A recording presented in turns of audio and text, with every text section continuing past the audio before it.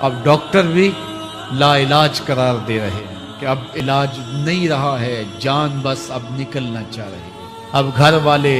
روتے ہیں، کہتے ہیں کوئی جھاڑ پھونک والا لاؤ، کوئی دم والا لاؤ،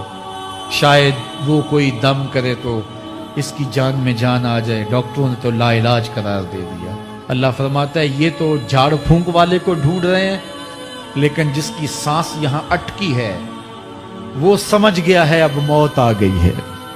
اس کو یقین ہو گیا ہے کہ اب موت کے لمحے آ گئے ہیں، اب میں بچ نہیں پاؤں گا، اب آنکھیں تاڑے لگی ہوئی ہیں۔ اللہ وہ منظر بیان کرتا ہے، صاحب یہ وقت آنے والا ہے جب دونوں انگوٹھے باندھ دیے جائیں گے، جب ناک میں روئی ٹھونس دی جائے گی، جب چٹے لباس میں کفن دیا جائے گا، جب غسال کے سامنے بے بس پڑے ہوں گے۔ یہ محل، یہ کوٹھیاں، یہ بنگلے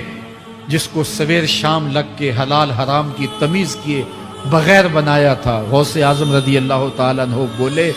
مکان بنا رہا ہے، بسیں گے اور حساب تو جا کے دے گا، اور یہ تو ایک رات بھی تجھے اس گھر کے اندر نہیں رکھیں گے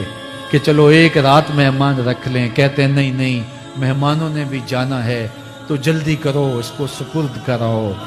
وہ تو تیرا لباس بھی پھاڑ کے اتاریں گے، خود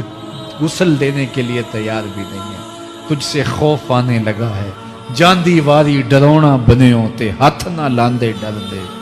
جنہ لئی تو پاپ کمائے اج کتھے نہیں تیرے کر دے۔ آج تو وہ تیرے ساتھ تجھے غسل دینے کے لیے آمادہ نہیں ہے۔ اولا لکا فاولا ثم اولا لکا فاولا، تیری خرابی آ پہنچی، ہاں تیری خرابی